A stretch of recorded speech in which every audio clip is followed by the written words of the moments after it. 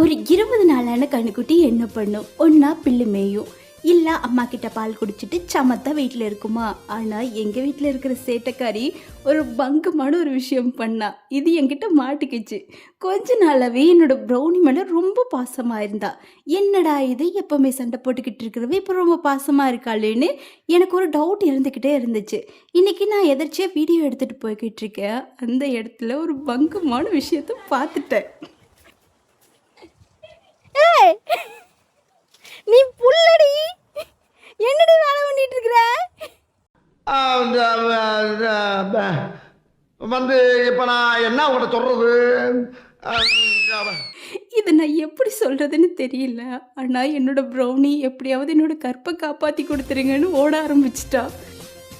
பாவம் ப்ரௌனி, இப்பெல்லாம் அவ வீட்டுக்கு கீழேயே படுக்கிறது இல்லை, மாடியிலேயே தான் படுத்துக்கிட்டு இருக்கா.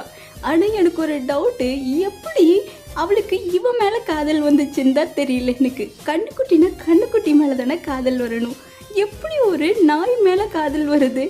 சம்திங் ராங், என்னன்னு எனக்கு தெரியல. ஆனால் இந்த விஷயத்த கண்டிப்பாக எங்கள் வீட்டில் சொல்லி ஆகணும்.